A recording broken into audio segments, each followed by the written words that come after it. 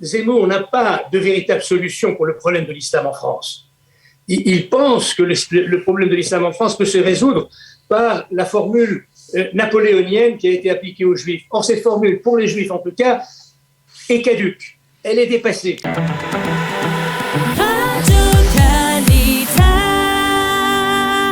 David Saada, bonjour, Boker Tov.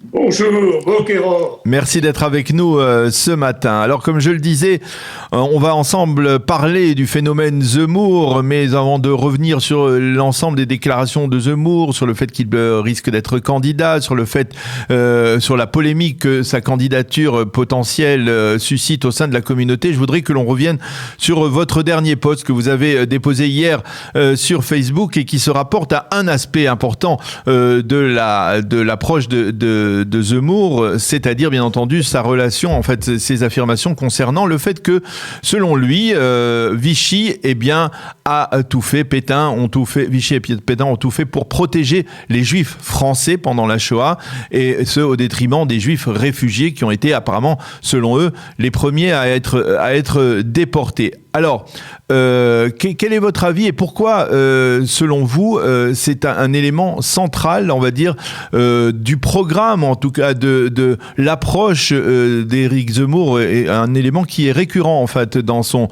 discours aujourd'hui? Écoutez, d'abord, je ne suis pas historien. Et donc, je n'entrerai pas dans la discussion entre historiens sur la responsabilité de Pétain et du régime de Vichy. Ce que je constate, c'est que la grande majorité des historiens aujourd'hui considèrent que le régime de Vichy n'a pas épargné les Juifs français. Simplement, les Juifs français ont été déportés après les Juifs étrangers et après qu'un certain nombre de Juifs aient été dénaturalisés et déportés.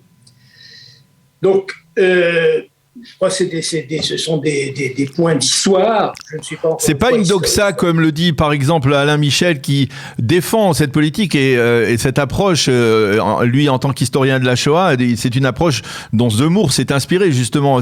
Lui, il dit que c'est une doxa de Paxton, des Klarsfeld, etc. Vous ne pensez pas Oui, écoutez, moi encore une fois, je pense que le problème n'est pas là avec Zemmour. Le problème n'est pas là. Je pense que Zemmour a utilisé la thèse qui lui convenait pour ses objectifs politiques. La thèse qui lui convenait, c'est la thèse d'Alain Michel, qui dit que Pétain a protégé les Juifs, notamment les Juifs français. D'autres historiens disent que c'est faux. Moi, j'ai plutôt tendance à penser, d'après ce que j'ai pu lire, et d'après les documents qui ont été produits par ces historiens, que c'est faux, qu'il n'y a pas eu de protection des Juifs particulière par Pétain. Au contraire, je pense que le statut des Juifs de Vichy a été encore plus sévère que ce à quoi s'attendaient les Allemands. Mais je pense que Zemmour se sert de la thèse d'un Vichy déculpabilisé. Pourquoi? Et c'est ce que je dis dans mon poste. Pour Zemmour, la solution de l'islam en France, il est un lanceur d'alerte dans la lâcheté ambiante, je dirais, de la classe politico-médiatique en France. Il a été le seul à avoir le courage de dire que la France courait un très grand danger avec le développement des mouvements islamistes extrémistes et d'un islam de plus en plus présent et voulant imposer ses règles à la société française. Et pour Zemmour, le modèle que l'islam doit adopter, c'est le modèle de l'israélite français, napoléonien.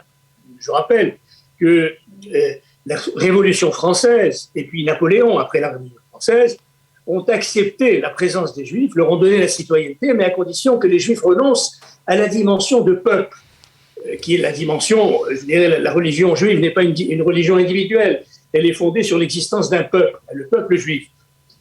Les dirigeants de l'époque ont accepté ce pacte napoléonien. Ils ont renoncé, je dirais, à cette judéité ayant une base collective, ils sont devenus des Israélites français. Vichy et la Shoah sont passés par là. Et en réalité, ce pacte napoléonien a volé en éclats avec ce qui s'est passé, avec le fait que les Juifs n'étaient plus protégés, ni même considérés comme des citoyens en France. Et ça s'est produit d'ailleurs en Allemagne, où un phénomène tout à fait semblable a existé. Et donc, depuis la Shoah, depuis la fin de la Shoah, depuis surtout la naissance de l'État d'Israël, les Juifs de France ont repris en quelque sorte leur identité juive. Ils ont abandonné l'idée que le judaïsme n'était qu'une religion à pratiquer sur le plan individuel. Ils ont repris la dimension collective de leur identité. Et je pense que c'est un mouvement général. Même les Juifs assez éloignés des aspects religieux, de la pratique religieuse, reconnaissent aujourd'hui leur appartenance au peuple juif et reconnaissent le lien particulier des Juifs avec Israël. Et donc, pour Zemmour, il faut appliquer le pacte napoléonien à l'islam. Moi, le sens de mon poste, c'est de dire que cette attitude n'a pas de sens. Aujourd'hui, ce pacte napoléonien n'existe plus pour les Juifs. Mais pour Zemmour, il y a une grande cohérence dans sa pensée.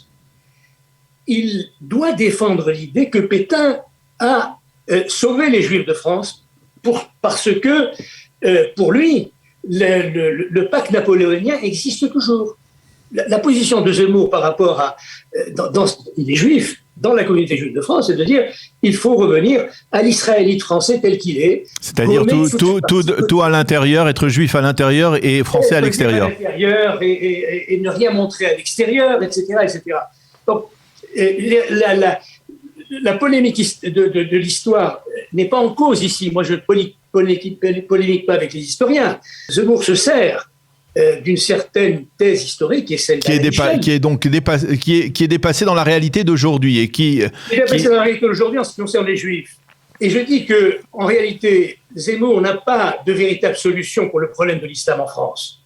Il pense que le problème de l'islam en France peut se résoudre par la formule napoléonienne qui a été appliquée aux Juifs. Or, cette formule, pour les Juifs en tout cas, est caduque. Elle est dépassée. Alors, on ne va pas revenir en arrière. C'est très intéressant. Ça ne marchera pas non plus pour l'islam. Alors, Donc, je dis, Zemmour n'a pas les solutions. Il ne les a pas. Il a fait des remarques qui étaient des remarques justes, mais en ce qui concerne les solutions, il ne les a pas. Voilà. Alors, c'est très intéressant parce que ça nous mène à l'impact qu'a Zemmour aujourd'hui dans la communauté juive, parce que il est clair que Zemmour séduit une partie de la communauté qui certainement ne partage pas son approche au niveau de la notion de religion individuelle, qui peut par exemple soutenir fermement l'État d'Israël, revendiquer cette appartenance au peuple juif fièrement, mais aussi dire on veut lutter contre l'islam qui nous menace. Et il y a des juifs qui sont tentés de voter pour Zemmour, on en a parlé ces derniers jours, et qui essayent de concilier les deux, en fait. Alors, je pense que effectivement, Zemmour a beaucoup de soutien à l'intérieur de la communauté juive, mais je pense qu'ils ne comprennent pas très bien la mécanique intellectuelle de Zemmour. Je pense que s'ils comprenaient que pour Zemmour, il faut que les Juifs reviennent au modèle de l'israélite français pour être une espèce de modèle à faire copier à l'islam, il changerait de position à propos de Zemmour. Zemmour, encore une fois, veut, c'est ce que je mets d'ailleurs dans mon poste, il y a une espèce de volonté de sacrifier l'identité juive, récupérée, retrouvée après la Shoah, grâce à l'État d'Israël, sur l'autel de la nation française. Il y a une espèce de volonté de sa part de dire il faut gommer à nouveau l'identité juive, la réduire aux Juifs à l'intérieur, comme vous dites. C'est comme ça qu'on imposera des solutions à l'islam. C'est une erreur fondamentale. C'est quelque chose d'inacceptable pour les Juifs. Et je pense que les institutions juives devraient le dire. Ça suffit. Zemmour, vous voulez proposer des solutions pour l'islam, proposez des solutions spécifiques. Ne mêlez pas la question de la communauté juive à la question de l'islam en France. Ce sont deux choses complètement différentes. Ça n'a rien à voir. Le mode d'insertion des Juifs dans la société, dans les sociétés d'accueil, n'a rien à voir avec le problème de l'islam, qui est une religion conquérante. C'est une religion qui, lorsqu'elle s'installe quelque part, considère qu'elle fait avancer la conquête du monde par l'islam. Les Juifs n'ont jamais eu cette ambition. Ça n'a rien à voir. Zemmour se targue de bien connaître l'histoire, il ne comprend rien à l'histoire. Je suis désolé. Alors, je voudrais tout de même, par rapport à la réaction de la communauté juive en France, il y a effectivement, on les a entendus ces derniers jours, des réactions très claires de la part du CRIF, par exemple, également du consistoire, appelant les Juifs de France à ne pas voter en faveur de Zemmour, ou à être au moins très prudents concernant leur vote et concernant leur approche avec Zemmour. Mais je voudrais revenir aussi sur, vous qui connaissez très bien la communauté juive de France, il y a en France aussi des Juifs qui sont des Juifs républicains, qui ont cette notion, qui comprennent bien entendu cette notion de peuple, mais qui soutiennent, qui n'envisagent pas du tout par exemple de faire leur alia, qui vivent en France très bien, qui veulent continuer à vivre en France, qui veulent même continuer, ils le disent parfois, le combat face aux menaces que peut représenter l'islamisme intégriste. Et il y a, c'est-à-dire, il y a des Juifs qui se sentent français avant tout aussi, enfin juifs et français ou français et juifs. Il y a par exemple, je vous donnais par exemple l'un des plus connus, c'est le grand rabbin Chaim Korsia, qui était aumônier général des armées, qui lui aussi ne revendique pleinement cette identité française, et tout en l'associant à la notion de peuple juif, mais qui reste français, on va dire jusqu'au bout des ongles. Oui, mais parfaitement. Je pense que le fait d'affirmer qu'on appartient au peuple juif n'empêche pas d'être un bon citoyen français, de considérer que, pour un certain temps, au moins, la France est le pays. C'est d'ailleurs la vérité. C'est pas pour un certain temps, hein, David. C'est pour toujours. Je dirais, les Juifs de France sont, si vous me permettez cette formule, aujourd'hui, en tout cas pour leur majorité, 100% juifs, c'est-à-dire qu'ils ne renoncent pas à la dimension collective de leur identité, et 100% français. Il n'y a pas de problème de double allégeance. On peut être un parfait citoyen français, ce que sont les Juifs de France, et considérer que l'histoire du peuple juif est particulière. C'est un peuple, ça ne peut pas être réduit à une religion, à une spiritualité individuelle. Il y a des liens. On peut ne pas être très religieux ou pas religieux du tout, mais considérer qu'on appartient au peuple juif. Il y a l'État d'Israël qui a tout changé, je dirais, dans la configuration du judaïsme mondial. Et aujourd'hui, c'est par rapport à Israël, à l'État d'Israël, que se définit l'identité juive, en grande partie, pas seulement par rapport à la Torah. Et oui, donc, mais vous le voyez vous-même. C'est-à-dire, si on la définit, cette identité par rapport à l'État d'Israël, eh bien, elle est en manque auprès de ce public, de cette partie importante de la communauté juive qui se revendique à la fois 100% juive et 100% française. Oui, mais encore une fois, c'est l'histoire qui nous a conduits là. Je pense qu'on ne peut pas empêcher aujourd'hui, après la Shoah notamment, les Juifs de France ou d'ailleurs, d'avoir un lien particulier avec l'État d'Israël. C'est absolument... C'est ce que fait un peu Zemmour. Quand il reproche aux familles des victimes de Mera de les avoir enterrées en Israël, il exprime là un point de vue excessif sur cette identité juive qu'il veut réduire, je dirais, à simplement une spiritualité au sein de l'entité française.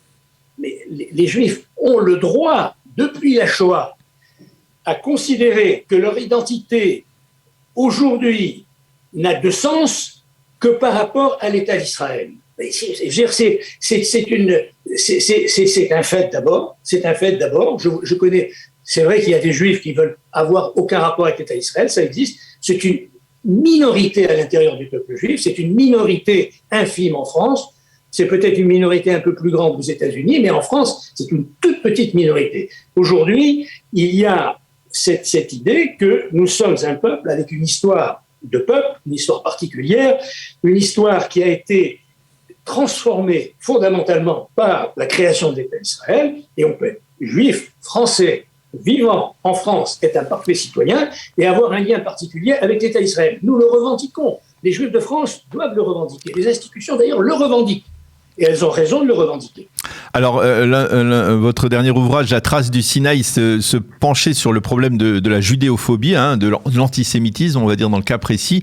Est-ce que vous craignez qu'une candidature de Zemmour, ne soit, on va dire, le socle d'un renouveau de l'antisémitisme, que finalement, même parmi les Français qui soutiennent Zemmour, il y en a beaucoup qui développent aussi, c'est-à-dire expriment ensuite des positions antisémites? Moi, aujourd'hui, l'antisémitisme en France vient du monde musulman, de l'extrême gauche, et il n'a pas complètement disparu, contrairement à ce qu'affirme Zemmour, de l'extrême droite. Il y a encore des antisémites d'extrême droite qui n'attendent qu'une chose, c'est de relever la tête. Et donc, oui, je pense que ça peut déboucher en effet sur un renouveau, un développement de l'antisémitisme en France, cette candidature de Zemmour, qui, à mon sens, a tout pour échouer. Je veux dire, je ne vois pas du tout Zemmour devenir président de la République et appliquer des mesures. D'ailleurs, je ne vois pas très bien comment il pourrait les appliquer. Son programme, pour l'instant, est encore assez flou. Je ne vois pas. Donc, il y a effectivement, potentiellement, des risques de développement d'antisémitisme en France, parmi les populations que j'ai mentionnées, les populations musulmanes, dans l'extrême gauche, ça existe déjà, et avec une extrême droite qui risque, en effet, de retrouver un carburant pour de nouveaux arguments antisémites. Eh bien, David Saada, merci beaucoup d'avoir accepté de répondre à nos questions ce matin. C'était très intéressant de parler avec vous de ce sujet sur Éric Zemmour, sa potentielle candidature et puis sur son approche concernant la responsabilité de Vichy durant la Shoah. Merci beaucoup d'avoir été avec nous ce matin. Bonne journée, à bientôt. Bonne journée, merci.